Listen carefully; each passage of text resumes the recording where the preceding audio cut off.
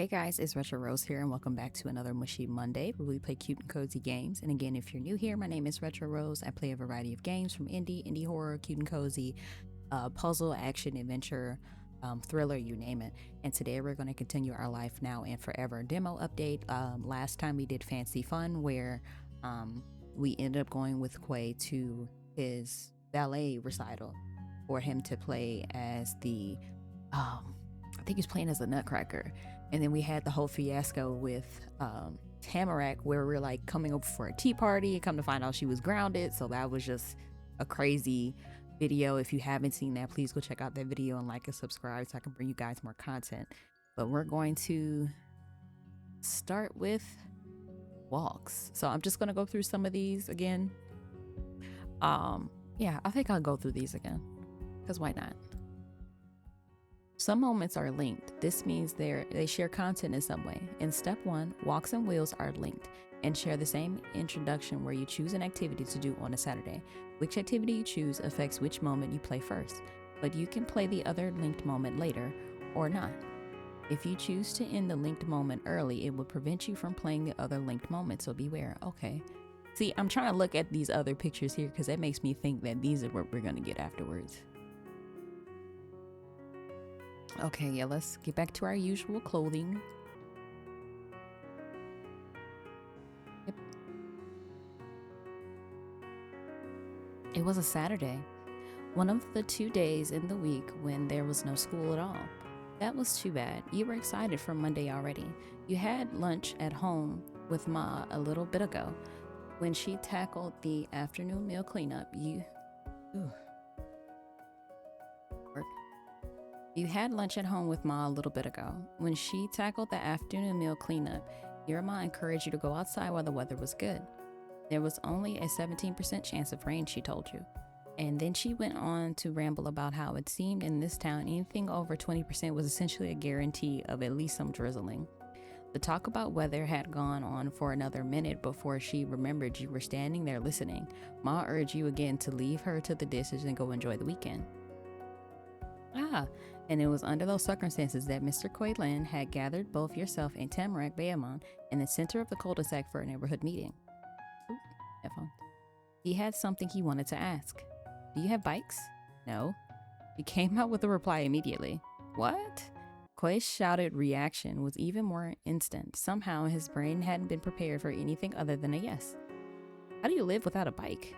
Like this. The golden-haired girl did a little jig to show how great she was living with no bike. She tapped her toes and waved her hands in the air. Quay leaned his face away from the show. All right, okay, what about something else? Anything with wheels? Just like that, her limbs flopped down again. Tamarack squished her lips from one side on her face to the other, thinking, I've got a scooter from my mom and dad in one of the closets. That works. They rolled with the change in expectations. Then he glanced at you, Rose. Because I've had a bike when I was a kid. Yeah, I have a bike too. Quay's eyes sparkled. This conversation had finally gone the way he'd hoped for. So you've got a bike, nice. Quay's feud in relief. Finally, Quay revealed the reason he had been so keen on this all-well talk. You know, I'm meeting with the club today. Oh, Quay's boy club or boys club, whatever they decided to call it, him and those 2 older kids. Baxter, the mysterious boy, and the one you weren't sure about. I want you to hang out too. This could be inarguable attempting an extra complicated word did not work out. He tripped over his own tongue, but Quay bounced back quick before anyone could ask about it or correct him.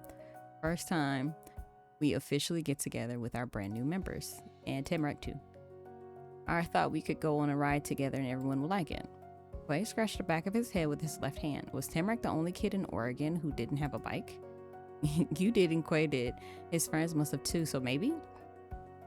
It'll be okay if we go on foot. We still got a whole afternoon and the whole group. I don't want to go to the stinky town, sorry. Calling Golden Grove a stinky town got a stunned chuckle from Quay, but Tamarack was totally serious. Why can't we ride things in the neighborhood? Because we live here? We always stay in the neighborhood. It'd be cool to leave while we can. I bet even you'd like to go. Because it's a park. There's plenty of trees and stuff around. Have you seen that, huh? It's on the opposite side of town from us. back where the high school is. The park is the best place to ride for speeds and tricks. There's no cars or hills. But just walking around is good too. Tamarack narrowed her eyes in silence. That itself was an obvious answer to Quay's question. She had not seen the park. Wait, you did, so did Quay. The neighbor on the right was hard thinking. Was thinking hard. Then she let out a sharp gasp as she hopped into the air like a tire popping. Is that the special thing? Whoa. Laughing and shaking his head, Quay barely managed to give Tamarack a straight answer. No, it's not the park. That thing is totally in the forest.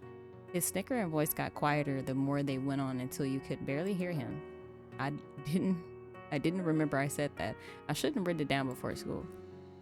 After the total swerve Tamarack had managed to pull, Quay took control over the situation again. Yeah, I could show you that if you want to do it. You forgot, and you've been waiting and Quay over there without a care in the world? Quay was totally unfazed by your reaction. He was too committed in going on with his own explanations. The rest of the club would come with us too. We'd have to give up on riding through town and seeing the park though. For someone talking about not doing what he wanted to do, Quay's voice was light and carefree. Okay, I want to do the special thing. Cool.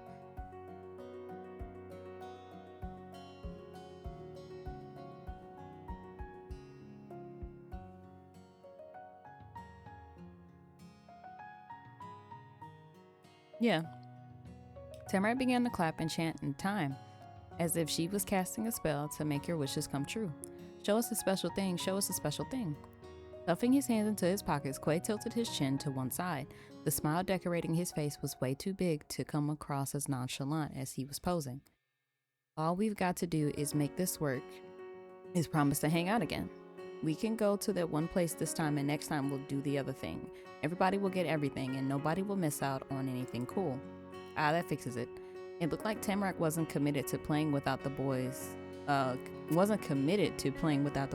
all. She just agreed to spend 2 weekend days doing so without blinking. In fact, she was super perky about it. The roundabout trip of words Quay laid out had taken Tamarack from one point of complete disinterest to a feeling like boys' club activities were pure genius. At some point, Quay had shifted his hands behind his back. He kept that wide I can't believe it's all coming together grin as he popped up and down on the balls of his feet. The thing was, Tamarack could have gotten over that without Quay's fancy footwork.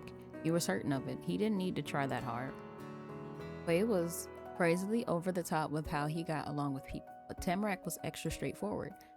Since both of you want to see the special thing, I'd say it makes sense to do that idea first. Baxter and Darren don't know the plan, and anyways, they're not going to care if it's riding to the park or going to the forest place, especially if we're going to do both of them on different days. What do you think? He asked with great eagerness. This was the final step of the perfect path Quay had laid out. Truthfully, you'd be happy to hang out with Quay and Tamarack no matter what you were doing. Yeah, we can all go to the special place. It's a promise. It was. You and your friends had a promise. Step 1 walks. Ah! Oh.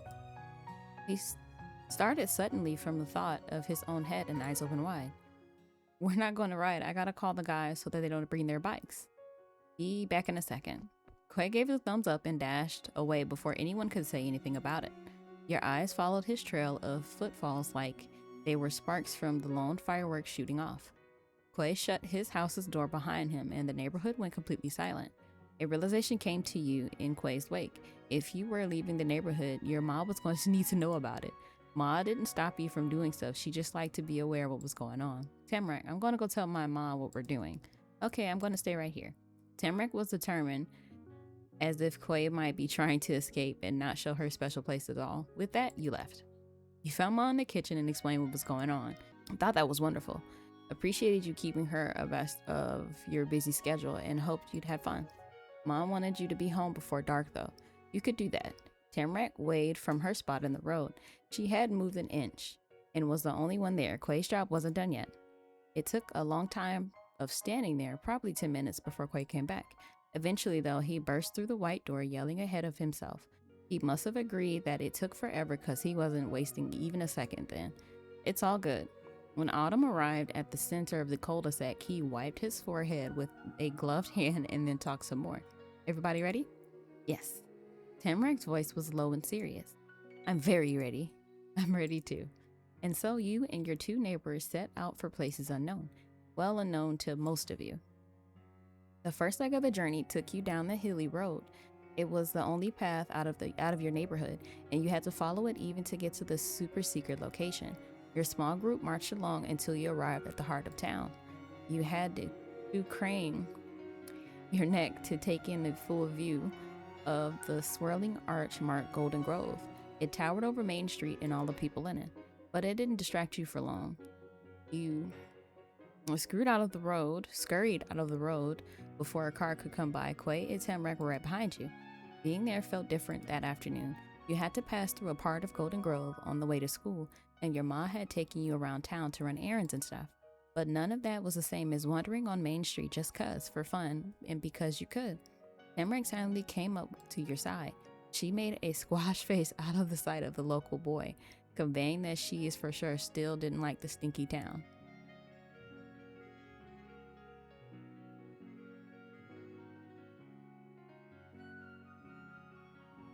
You couldn't get why. She was being silly. The town looked super nice.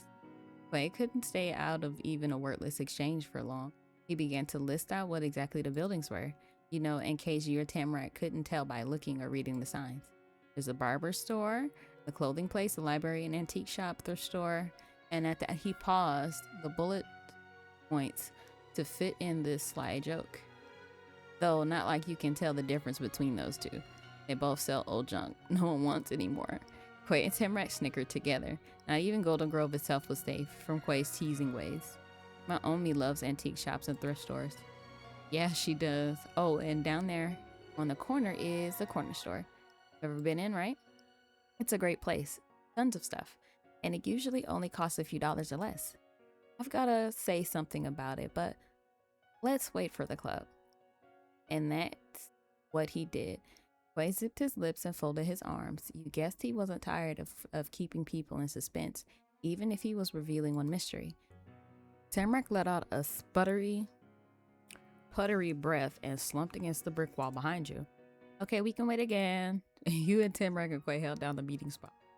Random adults passed by every once in a while. A lot of them said hello to Quay. They knew him. Tamrak said hi to all of them. She didn't know those people. It took even longer than it did for Quay to make the calls. But then Tamrak flung her arms towards the other side of the street. She sounded the alarm and brought an end to the watch. There! He followed her guideline and a pair of figures started speeding around the corner. Whoa, Darren Baxter. Quay sprung to the curb of the sidewalk. He waved the two over with both arms. The missing members of his club joined the group, settling exactly into place at Quay's sides like gloves he wore on each hand. Hi. That's funny that they do that. Hey. Darren beamed at Quay's enthusiasm for a second. It faded fast when he glanced at who else was there. Looking was all he did, though. He wasn't going to point out the obvious again. Darren had resigned himself to hanging out with more than the usual boys-only trio.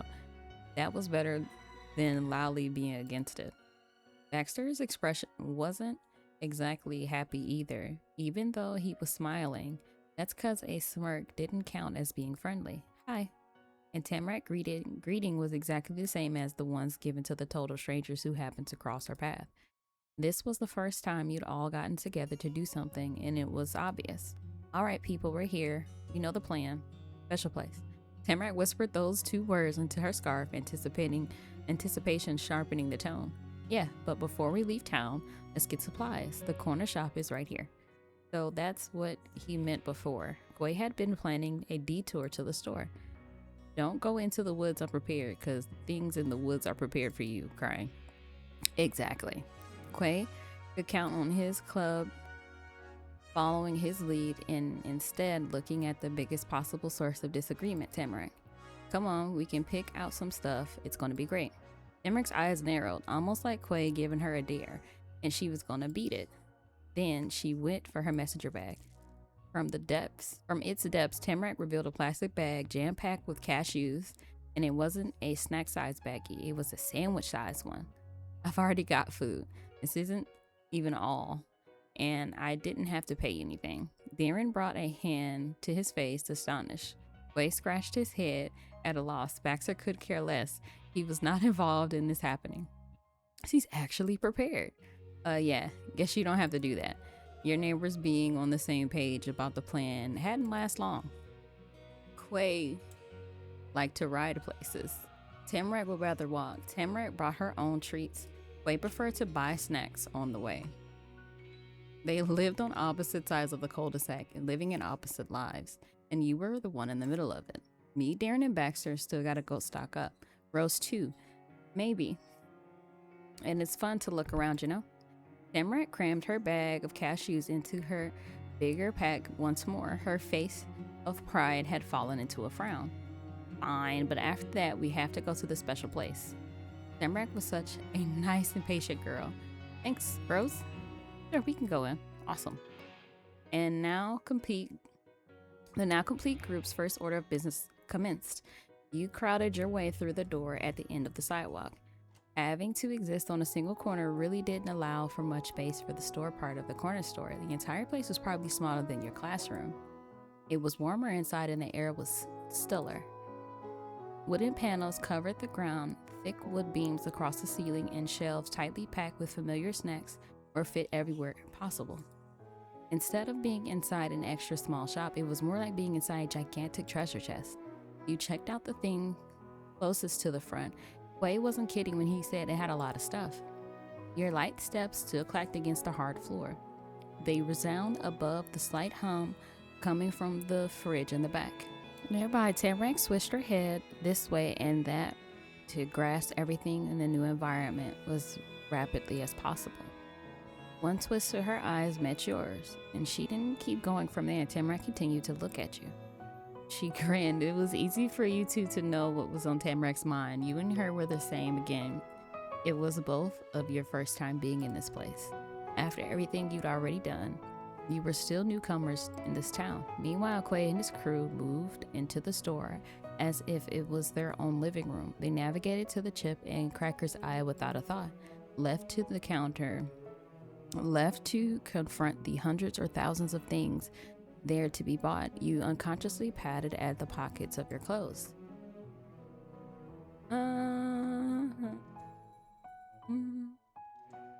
You had a little more than $4 in bills and some change. Thoughts on your personal savings were interrupted when your ears caught into a peculiar conversation. The trio of boys had started chatting about something while wandering the aisles. Who did it before? I don't remember. I can do it. Solution? Did not satisfy Mr. Quaylin. He groaned dramatically. You're probably the one who handled it last time. You don't remember that, remember? I know that much. Who was before the last time, me or you? Quay definitely jabbed a finger into Darren's shoulder. Baxter was out of the equation for whatever that was. It's been a while since then and could have been either of us. Refusing to accept a situation so obvious he could see it from a distance, Baxter offered another suggestion. Hey, we could play rock, paper, scissors. Though he knew what he was doing, every inch of Baxter's face and note of his voice expressed amusement.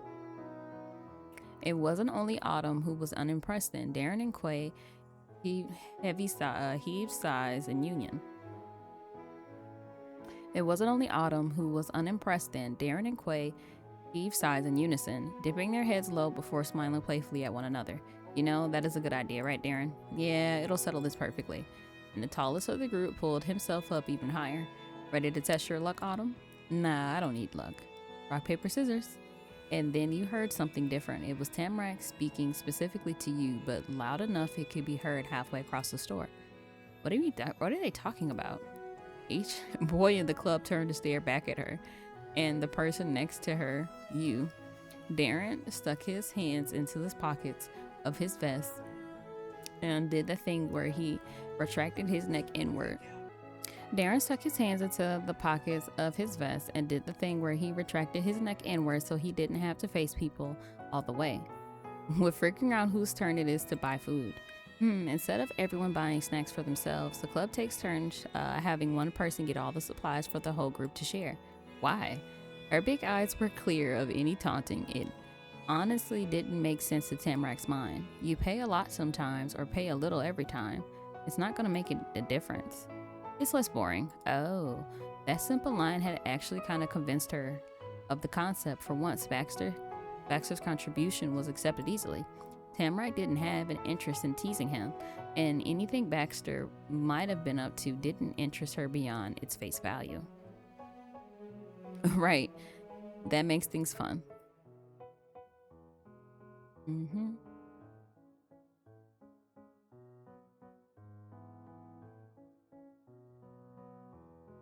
That's fun. I want to do it. Wade, Darren, and Baxter shifted their attention to the new challenger. They were intrigued. You sure? If you lose, you're gonna have to put your money where your mouth is. The leader's left hand doubled down on that point. No take backsies. That's the rule. And Quay tag teamed in again to finish off the warning. Also, we're all going to be sharing these snacks. Tamrak can eat them too, even if you're the one who bought them. Wow, thanks.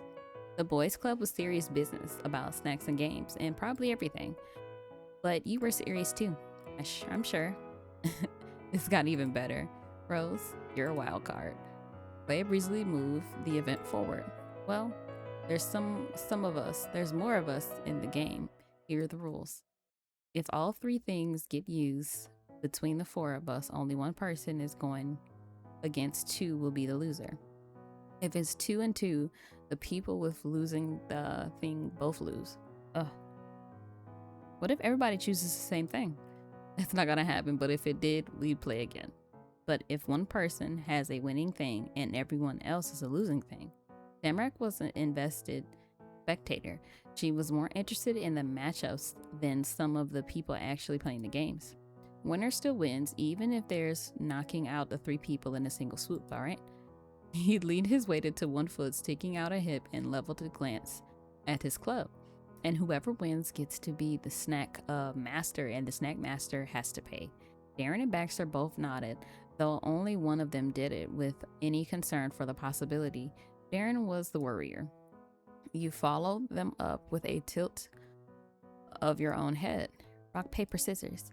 The 4 of you chanted the 3 words, bouncing your fists on beat. On the final point, you and them made a move. Scissors. Baxter had rock that could crush you, but Quay and Darren had covered him with matching scissors. That meant he was the loser, which in that case was a win. He wouldn't have to buy the snacks. You were still in the running. You did it, Rose. Baxter, get out. Fine. Baxter lifted his hands in defeat, eyes closed. For a second, it seemed like he would take his bow without any smuggy business except, "That was nice of you." He had one last line given with a sneaky smirk. While you understood Baxter was being snooty, you didn't get exactly how. Wade only shook his head. I probably should have said something before. I'll let you know anyway since you're going to be living here from now on. Baxter only uses rock. What? Tamrak went from dead silent to releasing a high-pitched yelp. The volume was enough to cover the entire store that time. Yep. He never picked anything else in his whole life, I'm sure. He hasn't for a long time. I've known him, which is like 2 years. Crying.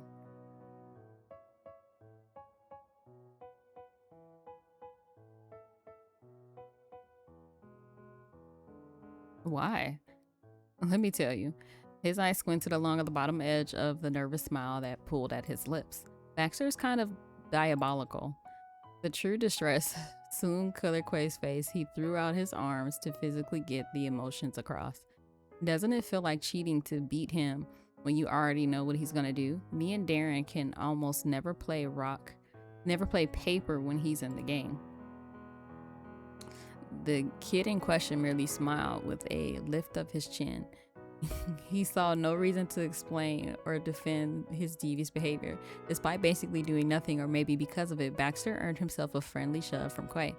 Quay finished ribbing Baxter so he could sharpen his focus towards the real threats. But you got past his blockheaded plan. Let's keep going. Yeah, next round. Rock, paper, scissors. Rock? Shockingly, the results are was a perfect set. Darren went for scissors, Quay had paper, and you were rock. I told you that could happen. Ah, forget that one. Try again. Rock, paper, scissors. With extra speed and strength in motions, the game was repeated. You put your hope into rock. You were left staring at the identical pair of papers, and tie had been broken. The loser was your lone rock. Man, you're out, Rose. It's on now. I'm ready. The two competitors face one another for a final bout for the real competition. The title of Snack Master and a whole lot of pocket change was on the line. The audience remained still as they prepared their weapons, and then it began. Rock, paper, scissors. On the word, Darren's full glove finger split into scissors. Quay's parted glove hand flattened into paper once more. No! The prongs of Darren's scissors sharply curled inward, but it was too late. No amount of regret could change the fact that scissors beats paper. We've crowned a new snack master. Quay managed to blurt out before doubling over with a riotous laughter. Hooray! Thank you for the treat, snack master. Long live the snack master. Miss Rose, you took the risk and now you get the reward, a snack for free. It can only be one though, cause he's gotta buy stuff for me and Baxter. Darren only got so much money. Okay. Baxter patted Darren's back in support. He had offered to pay for the snacks at the very beginning, and Darren could have used Baxter's strategy against him, but Darren never took the easy way. His victory was an honorable one. Okay, I'll buy the snacks. Yeah, you will. Let's pick them out already. Sure, come on. With a surprisingly non-cocky smile, Baxter stretched his arms all the way around Darren's shoulders. The pair of older boys walked ahead. Phew. Quay let out a big breath as his shoulders slumped. That was way more nerve-wracking than usual. He played it cool as he waited for his friends to be a good few rows down, and he twisted around towards you and Tamarack. He whispered around his teeth. Whispered around his teeth is crazy. He whispered through his teeth, beckoning you closer, all while glancing over his shoulder to keep watch. Tamarack took a hop forward, then looked back and forth. When the coast seemed clear, she leaned in to hear whatever message Quay was going to deliver. It wasn't super polite to talk behind your friend's back, but you were willing to hear it. What was it about?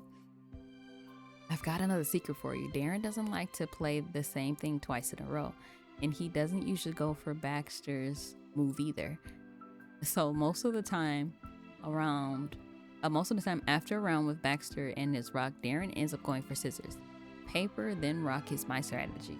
Unless I want Baxter or Darren to win, I do scissors first or paper twice.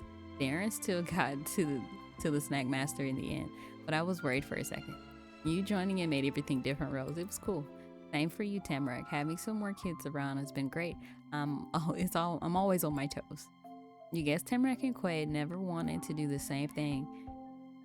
It wasn't always a bad thing. Though right after thinking that, they found their way to the same idea. But we better hurry and get some snacks. We can get some snacks now. Oh. Tamarack squished her hand over her mouth.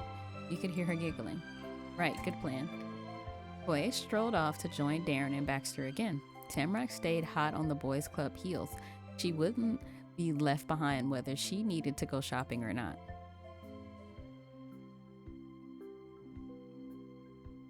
It was worth it to at least check what the store had.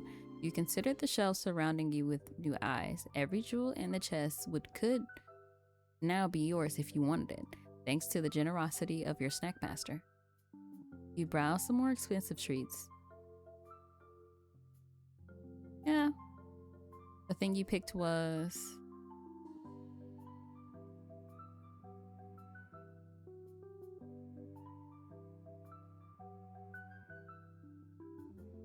Yeah. From there you got peanuts, almond, cinnamon gum, chocolate bar, graham crackers, sour gummies. Darren didn't say a peep on your choice. That probably meant it was fine to get. If he had a problem with something, Darren would have said so. He always did. Gripping the sour gummies between your fingers, you realized something. You didn't have to be your only snack. Yeah, why not use your own money too? The more food, the better. You browsed some more expensive treats, and then you picked was onion ring chips. You could afford another treat still. If you got that, it didn't cost a lot. Oh, I could? You select your next snack. You picked.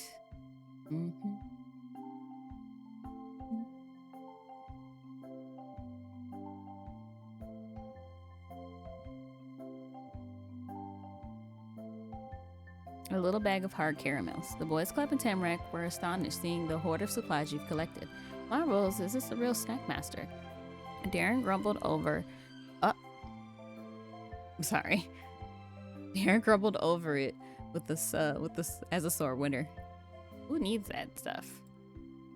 I'll tell you, Darren's a true genius. Eventually, everyone's getting something had their choice, and the 5 of you had gathered at the back of the store. Quay had high spirits over the conclusion.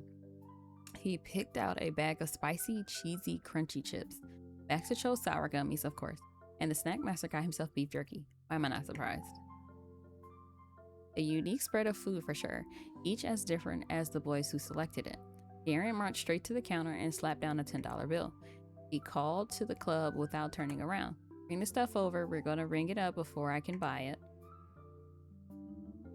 Coming, Wow, I like how when they come down that their little, I want to say ribbons are all different. Flashing the amount of cash was apparently unbelievable to Tamarack. She watched the exchange happen as though Darren was making food appear out of thin air. Maybe she couldn't have bought something even if she wanted to. Darren finished the purchase without any extra fuss. He got a big bag of treats and a little change and gripped both tightly in his hands. He turned to pay. Darren cleared out from the register. You stepped to the counter that was taller than you were and piled up your money. In exchange, made you think of Ma. Remembered her telling you about Oregon when it was a sure thing you'd be moving there. She talked about how there was no sales tax. The price on the sticker was the real amount you'd pay most of the time. That came in handy for you then, trying to figure out what you could have bought when more money would have been added onto the sales at checkout would have been a lot harder. Then the tax-free sale was done. Remember, Snackmaster also gets the honor of carrying the goods for his subjects. Darren securely hooked the bag under one arm while stowing his coins and pockets in his jeans. I know, Baxter. After a pit stop far more eventful than shopping for snacks sounded like it'd be, the crew of kids left the corner store behind. We're gonna go to the place now. Quay made an announcement as he took the head of the pack. Tamarack was so fluffed up and excited about finally going to the special place she didn't try to get in front of Quay, or it could have been because she didn't know where he was heading. Special place, special place. The big group surrounded you and brimming sense of eagerness kept fall chill away. You continued down Main Street for a few blocks, but soon had turned down a side road.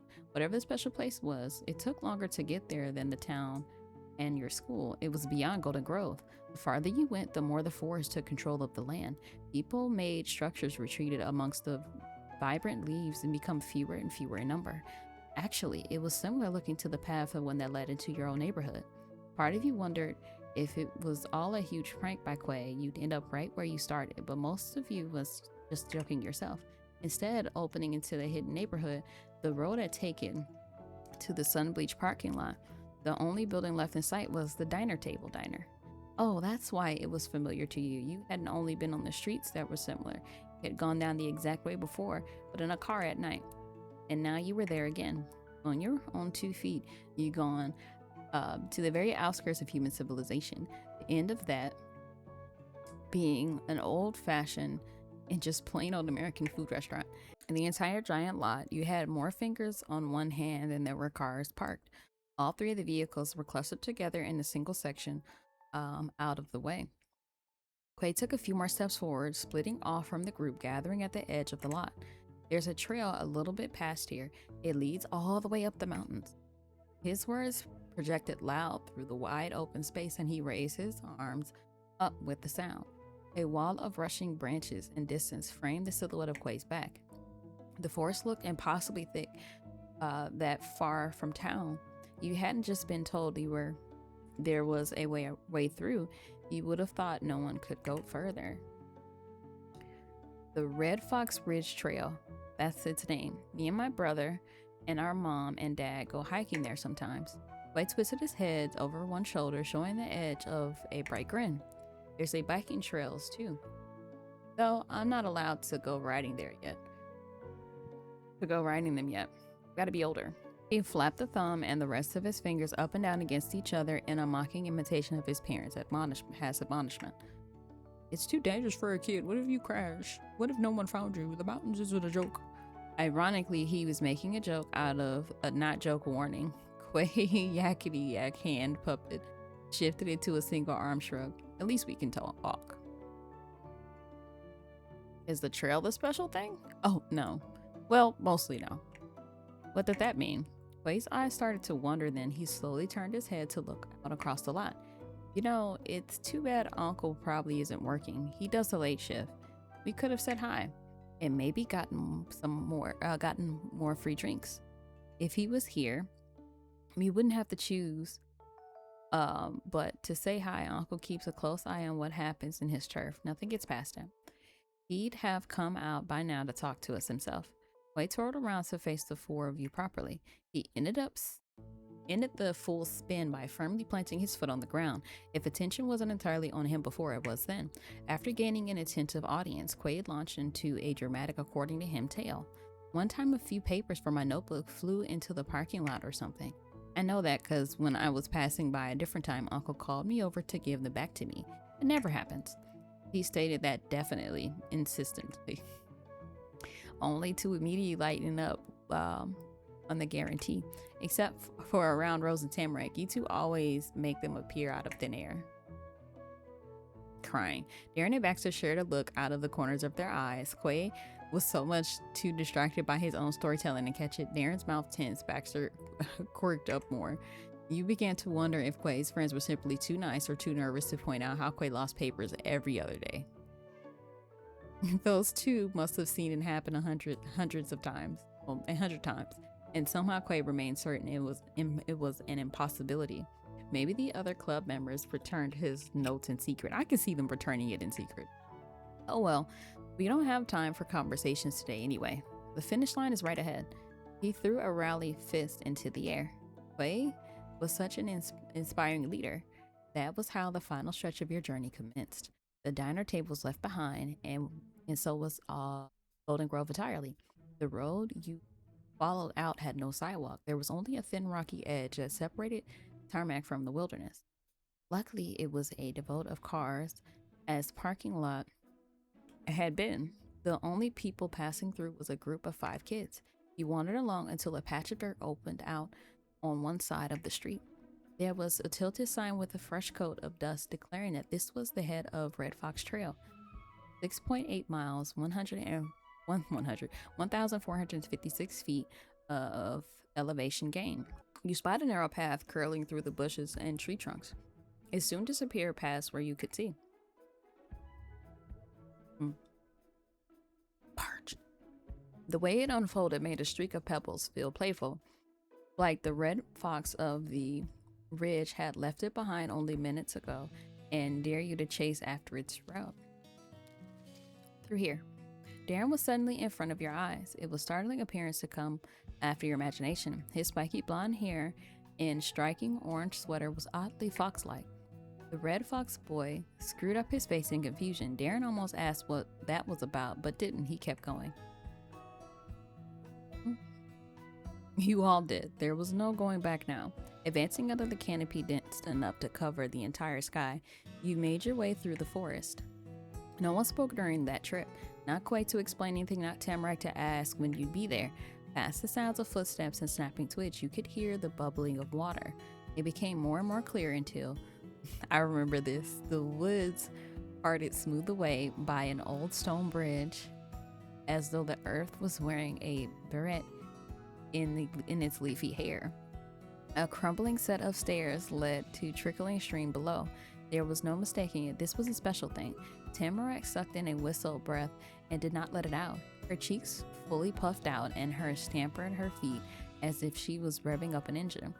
And then she was gone. Tamarack shot ahead, leaping from step to step until she was frolicking in a little valley below. Ah, wait for us. Quay shouted after her and then had the thought to move after her as well.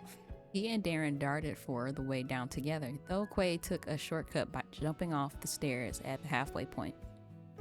Watch your step, Baxter whispered lightly to you. That was not a warning because he was worried. It was a big kid's test to see if it'd shake your nerves. He danced down the stairwell right after without a care in the world. You stayed right in the middle and took even steps one by one. You reached the ground completely fine. I remember this. This was such a cute moment. Hey, Darren, you can leave the bags near the stairs. We'll eat them later. I think this was one of my favorite moments. I don't want to say too much if this is your first time, like, watching Our Life Now and Forever. If you haven't seen my original playthrough, I encourage you to go watch that. But again, this is the updated one, so I don't think a lot for these two moments have changed, but we'll see. Clay took huge strides down the slight hill, holding out his arms for balance. He joined with Tamarack, who crouched by the water. Are there fish in there or frogs? Maybe. I think I saw something moving in there before. It's a great place, huh? Tamarack Rosie's face went blank for a blink. Was it a great place? All the anticipation that was built up, all the joy from the incredible realization of the answer burst forth in a grand cheer. Yes, it's a special thing. Yes, it's amazing. So amazing. And funny enough, when I was a kid and we used to go up to see my family up north, my uncle would often take us in the woods to go, like, first it was to go, I think we were trying to go find some rabbits, but I ended up finding like a little frog. Like, I was just walking and I just happened to look down and it was a frog about that. And we took care of that one. We saw deer, we saw like waterfalls and stuff like that. So this is kind of like old stomping ground for me. You and Tamarack bask in the shared excitement not one but you and her could feel. It wasn't new to anyone else. It wasn't that important to other people, but the joy over it could be doubled because you had each other. Then she sprung into her rainbow-clad feet again. There was more yet to see.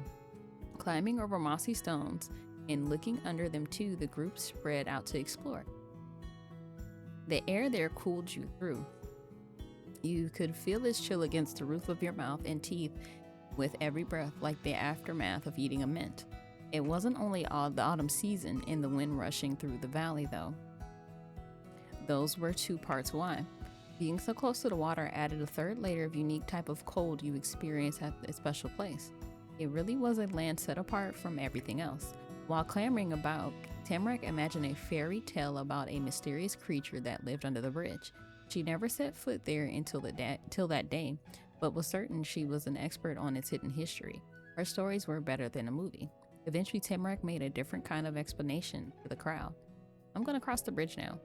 And she had already begun inching that way. Yeah, check it out. I'll think about what to do while we're here. We could play games or something. Quay Baxter and Darren stood in a unified front on the come up with a plan, despite Quay being doing all the talking. Okay, I'll come back later. I think before I had gone with Tamarack. Yeah. Then come on, let's go see the bridge. The boys waved you two on your short trip. Tamarack skipped up the stairs and you climbed them too. At the top, Tamarack strolled along by your side, and she was usually a speedy girl, but it was to stay with you. Tamarack could take it easy sometimes. Tamarack glanced at the tree clinging with thick roots on the hillside and the carved blocks that created the path suspending you above the ground, completely enchanted. From those fantastic stories and the sparkle in her eyes, Tamarack would have believed there was real magic to be found here. You went to the opposite end, peering into the mountain path below, then looped around the way you'd come. Halfway on the second crossing, Tamarack paused and glanced over the valley. Look at them down there, so little. Tamarack was smiling softly over that, but then, with no warning, her lips stretched into something mischievous. Tamarack's gaze had gone far away. She silently gripped the straps around her shoulder, across her shoulder. I'm not gonna lie to you, man. After what Tamarack pulled in Fancy Fun, I gotta watch her tail because she's sneaky. When the idea finished coming to life in her mind, Tamarack got to action, starting by taking the bag off and dropping it to the bridge in a thud. With a thud. Next, Tamarack crouched down and undid the front straps. What are you looking for? She giddily hee-heed. I have an idea. Tamarack rummaged around inside with 2 hands and her tongue sticking out until got it. She yanked out a lumpy, bumpy something. You only got a glimpse before she was gone. Tamarack rushed to the railing and just about to tackle the stone wall. She jutted her face over it, and she needed to lean into her tiptoes to get that far. The vantage point was used to great effect as Tamarack let out a shout that echoed through the entire valley. Boys! Intrigued by what was happening, you approached the railing and glanced below. There was a very confused boys' club gathered in a bunch, looking straight up at you and Tamarack. They had moved from one side of the stream to the other at some point. Tamarack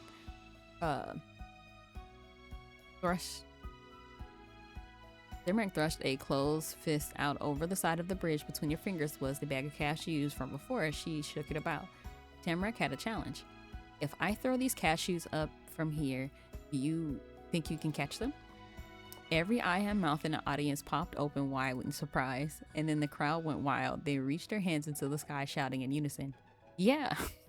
It was like seeing a nest of baby birds when their mom dangled dinner overhead. Tamarack chuckled again. She pulled from the edge part way to settle on the balls of her feet. At the normal talking level, Tamarack spoke words for you. If they miss, the animals can eat it. It's just nuts. You can throw too, or can you go down if you want to catch? I think I'll do something a little different. I'll catch a bunch of cashews. You spun around and crossed the rest of the stone path. While you started down the stairs, you heard Tamarack calling out, "Rose is gonna catch too. Wait for her to get there." Cool. Quay answered before leading the charge back over the small brook. At the bottom of the steps, this is so new for me, the 3 boys welcomed you to the valley. Each wore a confident grin, and the game was almost on, and for a new competitor. The leader of the new game selected one single cashew off the top. She stretched out over the drop again, and 2 fingers Tamarack daintily dangled the first prize. Paper planes and now cashews. Tamarack certainly liked throwing things at people. Ready? Another unanimous clamor rose from the boys' club. Ready? Oh my God. With a flick of her wrist and a final warning, the nut sailed through the air. Players scrambled to be wherever the cashews were going to land. You stayed more to the side where you could see what happened without getting sucked into the gaggle of boys. It went straight down, bounced against the stone, and rolled away, never to be seen again. No one got close. The game, desperate fever, fizzled. Awkward glances were sent about the field. That was just a test one. Quay's excuse amused the other kids, getting slight smiles to spread, but there was a truth in it. The players had a much better idea of handling of the landing zone. Maybe next time or the time after somebody would get something. Yep, here we go. Someone as enthusiastic as her wouldn't stick to that pace. It was only that starting shot. Someone as enthusiastic as her wouldn't stick to that pace. It was only that starting shot after all. She shoved cashews into both her palms, then shimmied her arms back and forth above her heads. The nuts jiggled from her hole without pause, at least until she had to reload. The game was on. The frenzy reached new heights as everyone went into dizzy circles, stumbling over uneven ground and leaping for the goldenish colored metals. Baxter took the simplest method to catch up. He used his hands to snatch at the falling snacks. Quay and Darren bent their necks and face towards the sky. They attempted to sink a nut through directly into their open mouths. You've been way righter than you thought when you pictured them as chicks hoping for a meal before. You grabbed it with your hands too. It just made sense. She would have been one girl, but waves of cashews Tamarack set down were more than enough to keep the boys' club on their combined 40 toes. In that heat of the battle, you were shaken by a sudden loud crash. Quay and Darren slammed directly into each other. The impact brought both toppling over and directly into Baxter. Keeping his eyes ahead didn't save him. Baxter went down with them. The trio landed in a heap, as helpless as the cashews no one caught. Ike! Oof, ah! 2 boys rolled on their backs in the grass, holding their poor face. The third was flat out on his stomach, blinking in surprise. Are you guys alright? Tamarack cupped her hands together, stopping any more cashews from falling. Yeah, are your heads okay?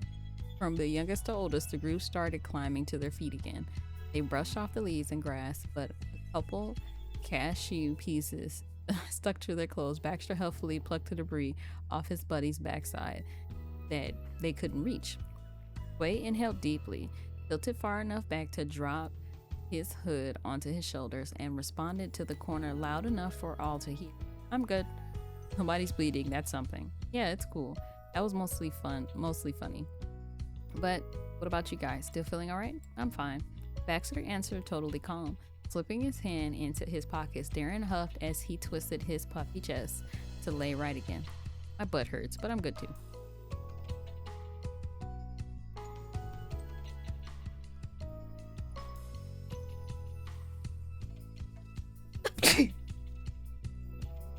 Oh man, thank you. His friend laughed over the traditional bit of info Darren decided to share. Then Quay shot off a thumbs up to Tamarack to let her know things were okay. That was a relief. You didn't think you'd ever been happier to hear him laugh something off. I'm really glad you're not hurt. Thanks. Thanks, Rose. It'll take way more than that to bring me down. No one mentioned how the collision had literally brought him down. It was better left unsaid. And so the event resumed more carefully this time. Baxter caught another nut, then a good few more after that. His palms gradually filled with cashew chunks, which was not easy to pull off. But then the unbelievable happened. One of the nuts dropped directly into Baxter's gaping mouth. Well, Darren's gaping mouth. Darren was so surprised something hit his tongue that he coughed and spat the cashew out. That didn't diminish the glory of the feat. In fact, it only proved for sure that he'd done it. All eyes were on Darren again, though for entirely different reasons than a minute ago. Baxter and Quay crowded around the champ, slapping his shoulder and ruffling his hair. That was technically a competition against each other. This was technically a competition against each other, but if one of them was triumphant, it was a victory for the entire club. Darren grinned at the attention, breathing hard from exertion.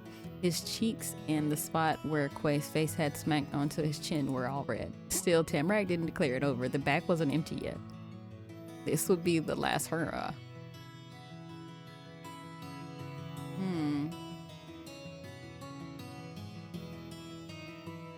You caught even more than Baxter.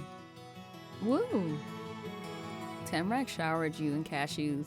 Felt more and more like victory confetti. Rose was sweeping the competition. Way to show him what your cul-de-sac can do. Newbie luck. Have you played this game before? Maybe. He voiced maybe, but the smirk came after he said no. What a sore loser. Quay whispered to you with a snicker. A soon shout rang out and stamped out of excitement quicker than he and the first nut hit the ground. That's all the cashews. Oh, it's over? Their designs are so cute. Quay bent forward like a sagging bag of nuts. His head hung low and his arms dangled down in front of him. It couldn't have been more exaggerated show of disappointment. This had to stop sometime. Your focus had been on Quay's dramatics over the game ending. When you noticed Baxter again, you were stunned. Magically, his hair was smooth again, and his pose was primly relaxed. Baxter had returned to his usual nonchalant status faster than the eye could see. Magically, his hair... Okay. It was as if he never was running around a valley trying to catch cashews, or that at one point he'd fallen flat on the ground. We've had a lot of chances. Those were plenty of chosen words. Baxter followed them up by beginning to munch on the pile of cashews he had gathered throughout the game. A awfully subtle brag it was. His coy smirk with each bite gave the intentions away. You remembered how Quay had described him devious. With the amusement disbelief with such guile, Quay shook his head. I'm gonna go eat stuff our great snack master brought. You guys have been eating things. Quay directed his quick at Baxter despite lumping Darren into it. The other guy in the equation still had something to say. Darren smooshed the back of his fuzzy gloves around his mouth to wipe off the crumbs lingering there. I didn't eat it. I just caught it. Oh wow, thanks for reminding everybody, Darren. Quay poked his buddy's arm accusingly. That's close enough. Not for being eaten anything, but I guess if you mean you had cashews and you didn't, yeah it is. Dang.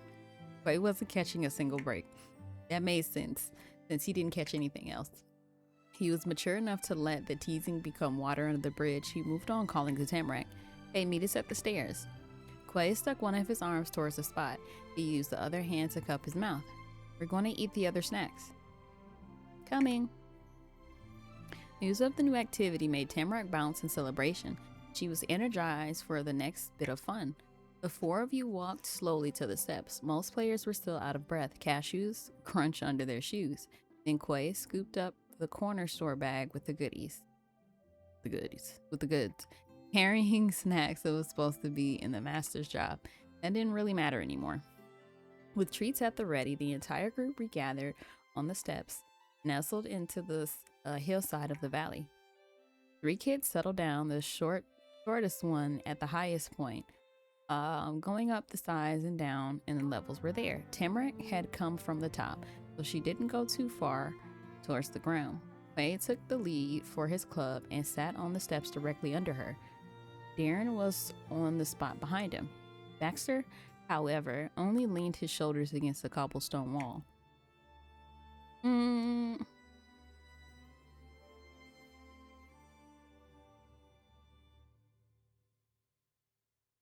You sat on the exact same step as Tamarack. Tamarack excitedly squeezed next to you on the messy slab. You sat together at school and you sit together right here too. Your seat was a little damp and a whole lot hard. But it was great to finally not be on your feet. You walked through the whole town, explored the special place you were running during the entire cashew off the bridge game. Quay casually hung his legs over the side of the stairs. Darren pulled a knee up near his chest while the other leg rested across the step. Tamarack planted her feet onto Quay's spot. She bumped him playfully with her boots. Gotta say, Quay pointed a finger in the air and called the latest meeting of his group. Even though Tamarack wasn't a member, he had a really good idea there, Tamarack. Smiling sweetly with her hand in her lap, Tamarack sincerely appreciated the praise. Thanks. However, Mr. Quaylen might have initiated the conversation, but Tamarack brought it down to business. Who's the winner? We're all winners. He offered the idea optimistically, or maybe hopefully was the better word. In the end, Quay was the only one who never managed to get anything. No, his hope was flatly denied. Littering in the forest and soft-hearted ideas, not choosing a single winner, were two things Tamarack couldn't stand. Somebody has to win, but what counts as winning? It's true. That's a tough call. Rose had the most, but Darren did something pretty crazy. That should count for more than just catching one. It's your game, Tamarack. Make up a point system. She crossed her arms and squeezed her knees together, showing how serious effort she was putting into thinking. Tamarack sat like a round nut waiting to be cracked. What broke through was a devious smile. Baxter wasn't the only one who had that skill. If you caught it with your mouth, that's more points than catching a lot with your hands. But it doesn't count if you spit it out. Darren's spine went rigidly straight in an instant before scrunching down more even. He croaked defeatedly. This had gotten him more ruffled than when he hacked up the cashew. Rose wins. Darren Fuzzy's black gloves were balled into harmless looking fists. He must have wanted to argue that his effort should count for something, but he was unable to put words together right into a girl's face.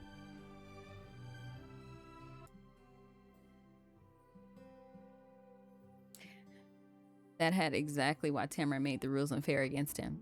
Baxter chuckled under his breath. But I'm not sure Rose won. At last minute, I had about the same as her, maybe even a little more. Yeah? Is that what you think? Then show us. Baxter shrugged, pressed his entire back into the wall. He held up his empty palms. Oh no, I wish I could. I don't know. We'd be counting up points. You saw I ate my cashews. We can never find out for real I'm right or wrong about him. He was excessively smug.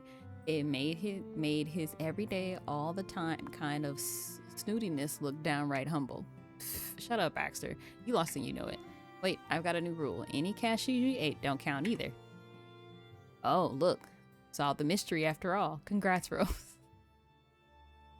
Tamarack said, y'all not gonna do my girl like this. Tamarack literally sang you praises. Rose wins, Rose wins, Rose wins. Well, that time you've been on the winning side. Things about games you could enjoy when you did succeed. You could have fun when you didn't too. Well, That time you've been on the winning side. The nice thing about games was you could enjoy when you did succeed and you could have fun when you didn't too. Darren continued to pout in his nook the whole while. Thankful for him, he had a pal who never let things stay sad for long. At least we can all agree who got last me. Quay shifted from angling for no win situation to confidently accepting the status at the bottom rung. That plan succeeded. Where his nut catching strategies failed, it made Darren faintly smile. Quay gave a wink and stopped, and not stopping there. The other guys are taller. That gave you the edge, don't forget. What about me? I'm even shorter than you. Crying.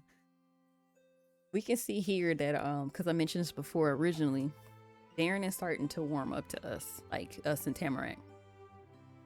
Quay swapped tactics again without missing a beat.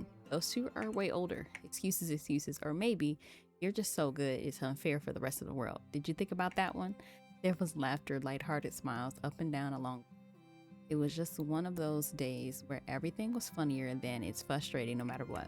Okay, Snack Master, enjoy your spoils. Snack Master is picked first. There were many unknown rules and regulations for the status of Snack Master. You were learning a lot. Quay loudly stretched open hands of the bag, holding its delicacies out for Darren. He took his beef jerky. It was the last thing needed to make him fully content again. Pass me the gummies. Baxter got his treat as requested. Quay moved on to you. Rose, I'm feeling onion rings right now. Quay secured his chips last before stuffing the corner bag into the crevice of his steps. Having your own special treat that you bought with your very own money was exciting. You couldn't even guess how long you'd gotten it from the store. We're more than ready to finally dig in. You tossed a few pieces into your mouth and immediately felt rewards of your choice. It was great. The group who planned the food detour easily settled into the snack sharing semicircle. Baxter had bent over the stairs to be closer to the one sitting down.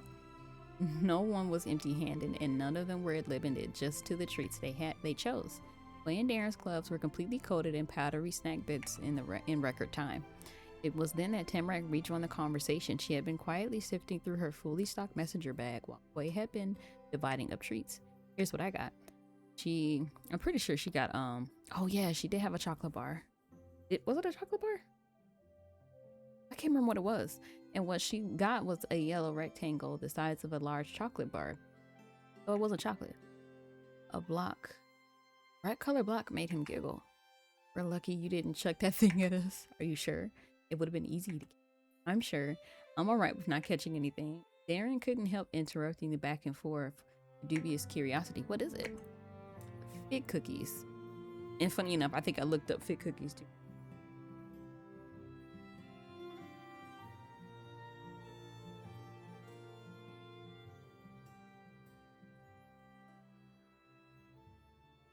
Let's see what it.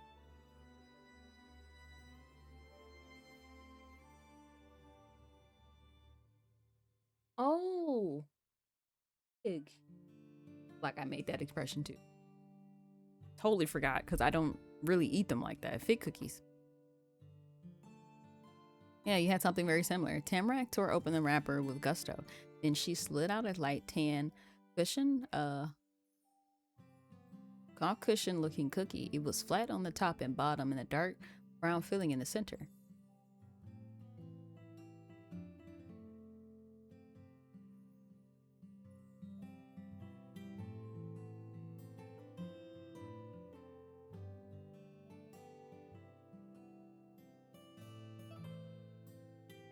Oh, I love those. Here, take a piece. Tamarack pinched the top and pressed it down. The cookie was a soft kind, more like a snack cake. It swished and bent until a chunk separated without a snap. Then she placed it in your waiting palm. Quay looked up at the latest exchange of goods and he scratched his head. Could I try it too? Sure. Thank you. That was very fast. Tamarack passed a small section of the spongy cookie down to Quay. Can I try a fit cookie? Another simple request came in before she finished pulling her fingers away from Quay. Tamarack took a second to yank off a corner and stuff it into her mouth before modding. She whittled the cookie away even more as she shared with Baxter. He tossed it in his mouth just like that. Only the 1 inch square was left of the bar then. Her snack almost got finished faster than any other. You take it. Hadn't said his name, but her eyes were set directly on Darren 2 steps lower. He didn't react apparently. If you didn't address something, it wasn't there. Or he might not have even realized she was talking to him. Darren had changed his sitting position to take the appearance of a folding chair. Not only were both his legs pulled up, but his arms were over his knees and his face was lowered down into them. Quay gave the back of Darren's blonde head a nudge. Body home? Without a word, Darren tilted his head like he had during the game. Tamarack was already leaning over the dangle the last piece of cookie above his head. He carefully reached out and plucked the gift from Tamarack's hold as he was picking a real fig off a branch. That made sense in a way. Tamarack's name is a type of tree. Thanks. I think he's still upset about not having points count towards his winnings. Darren curled his finger closed around his new cookie. He kept staring upward at Tamarack, and that had to be a record for the longest time he held eye contact with her. You have a piece of my jerky. Everybody see, he's warming up. See, you can have a piece of my jerky. Everyone can. Cute. I don't want that. Oh. Before you could get a real awkward, Tamarack's attention sparked on a different idea. It worked out for Darren, though. She hadn't done it to soothe her bluntness over. Tamarack was like that. She had a lot of energy. I have something else, too. And that something else, too, was a bare bag of shoes just taken from her overalls. Seeing her bring that out now was more confusing than when she first pulled out her bag on the bridge. Tamarack snickered at the loss she had left the group at and her own secret scheming. She poured the scraps into her hand and returned the now empty bag onto the pocket it came from. Tamarack shot one of the tiny pieces right at Quay. Competitive instincts kicked in and he snatched it before it could hit his face. What's that about? Got one. Cashew that I threw. Quay gave a lopsided smile and ate the little piece. I said did, thanks. Tamarack was sweeter than any cookie.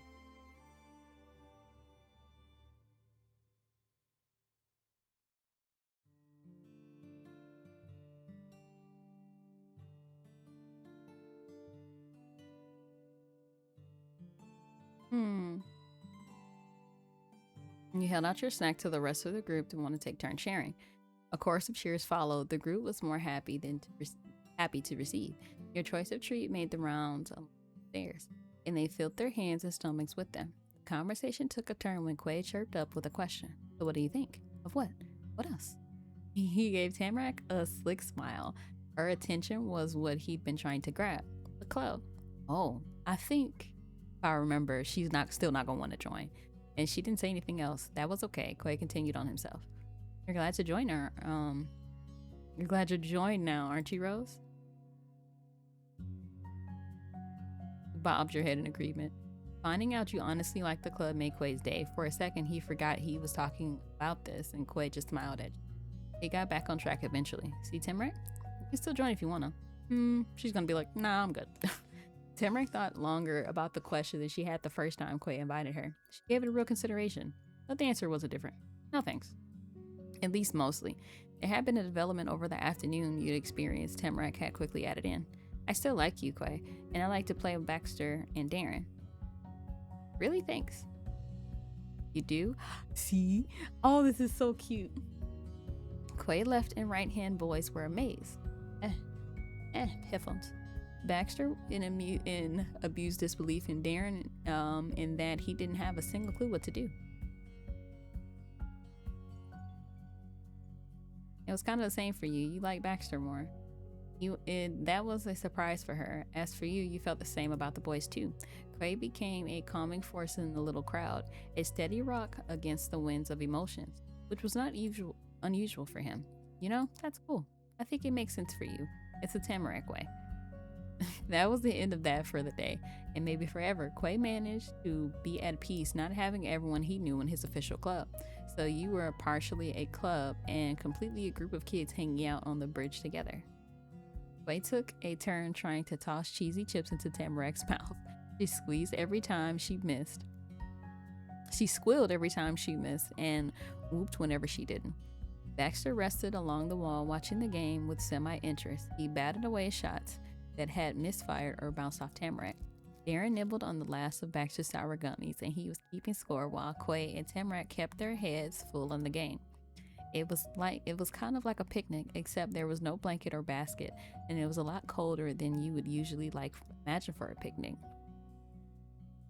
Best Saturday ever, right? I told you.